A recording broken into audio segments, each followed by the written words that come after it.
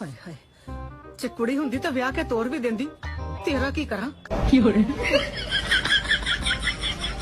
दोस्तों दौर ऐसा आ गया है कि लोग मस्जिद में कम जबकि ढोंगी बाबाओं के पास ज्यादा जाने लगे हैं। मतलब लोगों का ईमान अल्लाह पे कम जबकि बाबू पे ज्यादा होने लगा है। पाकिस्तान इंडिया समेत पूरे बरसगीर में इस तरह के शोबदाबाज अपना कारोबार चमकाए बैठे हैं। ये ढोंगी लोग खुद भी शिरक करते हैं और अपने मानने वालों को भी इस दलदल में धकेल रहे हैं। तो चलिए आज के इस एपिसोड में हम आपको बरसगीर पाको हिंद में लोगों को बेवकूफ बनाने वाले कुछ ऐसे पीर दिखाएंगे जिन्हें देखकर आप भी अपना सर पकड़कर बैठ जाएंगे।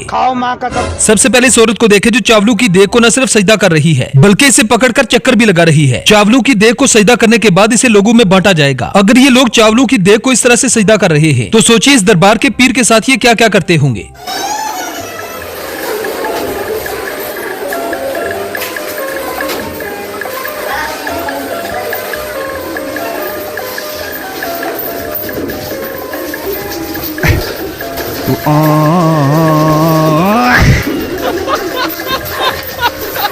कौन है ये लोग, कहाँ से आते हैं? ये औरत कोई बेवकूफ नहीं जो इस चावलों की देह को चक्कर लगवा रही है बल्कि ये चावलों में बरकत डालने का एक तरीका है।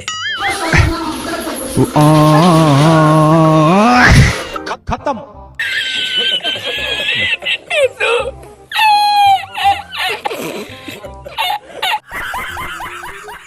वाह दीदी।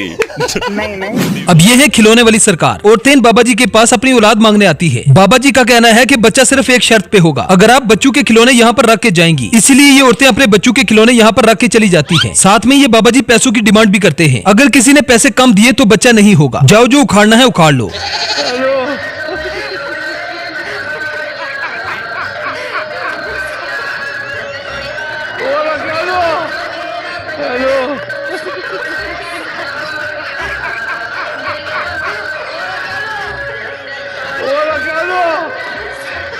अब ये है आई स्पेशलिस्ट बाबा जी। ये बाबा जी अपने मुरीदों को आंखों की रोशनी देते हैं। लोगों का ख्याल है कि इस दरबार के पत्थर को रगड़कर अगर उंगलियां अपनी आंखों को लगाई जाएं, तो पुराने से पुराने अंधे आदमी को भी रोशनी मिल जाती है। लगता है ये बाबा जी आंखों के डॉक्टर्स की दुकानें बंद करवा देंगे। पत्थर घस के लगाने से अंधों की आंखें आ जाती है।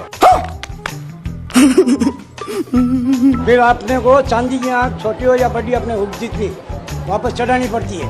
आप मन्नत मांगो, बाबा मेरी आंखों में रोशनी नहीं है, अगर आप मेरे को रोशनी दो, अल्लाह से दुआ करके मेरे को रोशनी दिलोगे तो मैं यहाँ चांदी की आंख ला के चढ़ाऊँगी। ये घस के आंख में लगाने का, ये पत्थर आंख में लगाने से नूर आ जाता है। नहीं होती है कि ये एकदम आंख अंधा है तो 40 दिन फेरी काटे तो उसका आंखें ऑटोमेटिक आ जाती। अब ये है टोटल नंगे बाबा सरकार जो जिस्म पर कुछ भी नहीं पहनते। मजे की बात यह है कि इनके दरबार पर सिर्फ औरतें ही आती हैं, जो आकर बिल्कुल इनके सामने बैठ जाती है। बाबा जी के ठुल्लू के बारे में तो आपने सुना था, तो उस ठुल्लू वाले बाबा यही बाबा हैं।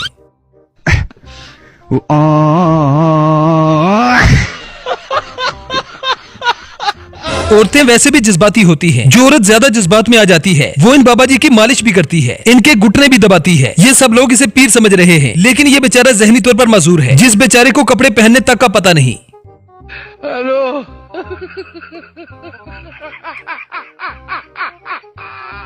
अब ये बाबा जी कोई आम बाबा जी नहीं, इन्हें करंट वाली सरकार कहा जाता है। ये बाबा जी नन्हे मुन्ने हरे भरे बच्चों से मजे भी लेते हैं और करंट भी ट्रांसफर करते हैं।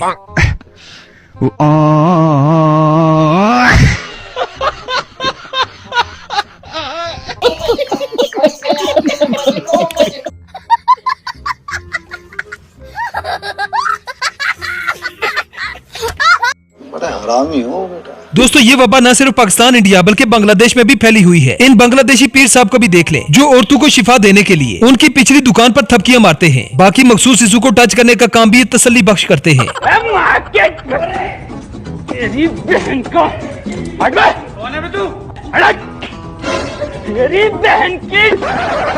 लो जी वेखो जरा, अल्लाह माफ करे ए बगैरती दा पार्ट है कि कोई नहीं।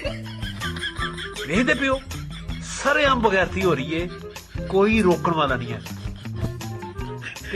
की पे करते नहीं। अब यार दुनिया में बहुत सी ऐसी चीजें हैं जिनकी इंसान को समझ आ जाती है, लेकिन इस दुनिया में कुछ ऐसी चीजें भी पाई जाती है जिनकी समझ नहीं आती। ये भी एक बाबा जी हैं जो ना तो मर्द लगते हैं और ना ही औरत। अगर आपको इस पीर की समझ आए तो कमेंट सेक्शन में जरूर बताएं। बिस्मिल्लाह मायो, नहीं मैं बिस्मिल्लाह करा। तुलसी जरा ब्यूटी दिखाओ। हाय हाय जे कुड़ी हुंदी तो ब्याह के तोर भी देंदी तेरा की करा। अब इन बाबा जी के पास भी बहुत सी शक्तियां हैं। ये अपनी शक्ति जैसे ही अपने मुरीद में ट्रांसफर करते हैं तो मुरीद को एक ऐसा करंट लगता है कि वो अपने आप पर काबू नहीं रख पाता। मुरीद चाहे जितना भी मर्जी मजबूत हो, हल्का सा ठुमका निकल ही आता है। आ जाओ, माशाल्लाह माशाल्लाह माशाल्लाह। पुत शेरां दे पुत्र शेर ही होते हैं, शेरां दे पुत्र गिरदड़ तो नहीं होते ना। हाँ माशाल्लाह माशाल्लाह। हैया! बड़ा लंबा सफर कर गया। हाँ ऐ क्यों है यार मुंडे में पता नहीं। ये सबजादा है, लोग की सबजादा दे भी लोकां दे भी सबजादा ने, ये भी सबजादा इन्हू क्यों है।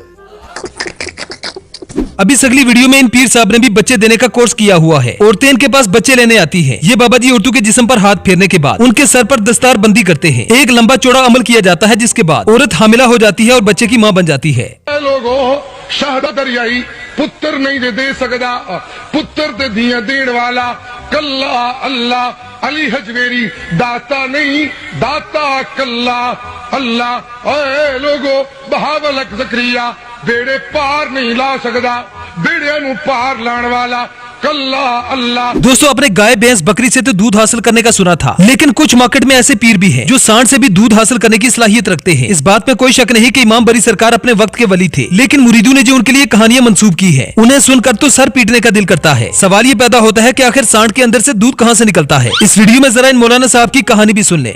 इमाम बरी सरकार इमाम फुकरा रहमतुल्लाह ताला अलैह ने जो अपनी इबादत का सिलसिला जो शुरू किया था इस पानी के अंदर, जो रवायात में मिलता है जी तकरीबन 12 साल आपने इस पानी के अंदर चला काटा। और ये जो आपको मछलियां नजर आ रही है ना पानी में, इन मछलियों ने जो है ना वो इमाम बरी सरकार रहमतुल्लाह ताला अलैह के पूरे जिस्म को खा लिया था। ठीक है, वो इमाम बरी सरकार रहमतुल्लाह ताला अलैह ने जब यहाँ पे पानी में चिल्ला काटा ना तो आपके पूरे जिस्म को मछलियों ने खा लिया। जब पूरा जिस्म आपका था तो आपकी हड्डियों से सिर्फ अल्लाह की आवाजें आती थी। यहाँ से एक जो गुजर, उस बंदे का नाम था बोतो, वो यहाँ से गुजरा। उसने जब बाबा जी की आवाज सुनी तो वो नीचे आया। उसने जब देखा तो बाबा जी की हालत को देखा, हड्डियां सारा जिस्म तो मछलियों ने खा दिया। तो फिर जो है उसने बाबा जी को उठाया, अपने पास जब लेकर गया तो आप दूध पिया करते थे। तो उस जो गुजर ने पूछा था कि आप क्या पियेंगे, आपने फरमाया मैं दूध पीऊंगा। तो जो भैंस उसकी दूध देती थी वो जब दूध देता बाबा जी को तो वो मर जाती। दूसरी थी उसका भी दूध जब उसने बाबा जी को दिया वो भी मर गई। सारी भैंसें जब उसके खत्म हो गई तो बाबा जी ने आपसे उससे कहा भी दूध नहीं लेकर है। उसने कहा जी भैंसें तो सारी मर गई, मैं क्या करूं। तो आपने फरमाया अब तेरे पास क्या है। उसने कहा जी मेरे पास तो एक संडा है। तो आपने फरमाया जाओ उसको बोलो वही दूध दे देगा। बाबा जी की ये भी करामत थी, उस संडे ने दूध दिया, वो भी मर गया।